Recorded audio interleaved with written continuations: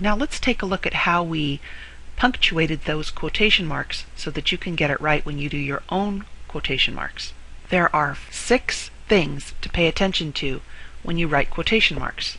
Until you have a lot of practice, that won't come automatically to you, which is why there's a handout on this web page for you to use as a guide.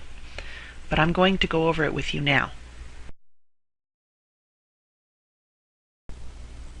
So let's look at the 2 sentences that we put into our last elaboration box.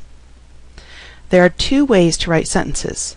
One is when the speaker comes first. Yesterday my daughter, that's the speaker, said. The other way is when the speaker comes last. I, that's the speaker, replied. So sometimes the speaker comes first, followed by the words, she said. And sometimes the words come first, followed by whoever said them. And the rules for punctuating those 2 different sentences vary. There's a 3rd way to punctuate a sentence, but we're not going to cover that right now. Okay, yesterday needs a capital. First word of every sentence needs a capital. Mention who's doing the talking and then put a comma. Use an open quotation marks for the words the person is saying. What they are saying is a complete sentence, even if it's just a phrase. Capital on that, all the way to the end of what they're saying. Here you can put a period, a question mark, or an exclamation mark, and close quotation marks. So you'll notice 1, 2, 3, 4, 5, 6 things to keep track of. When you come down here, we do it in the opposite direction. Quotation marks, capital on whatever the person is saying. I want to drive slowly to make it last. That looks like it ought to be a period. But when the words come first, we always use a comma because it's not a complete stop, it's a pause. Close quotation marks, I replied. What if this part were a question? In that case, we would write it like this. When it's a question, you still have quotation marks, capital, the words that are said, ending with a question. Do you want to drive slowly to make it last? Close quotation marks, capital for the person speaking. I replied, I answered, I asked.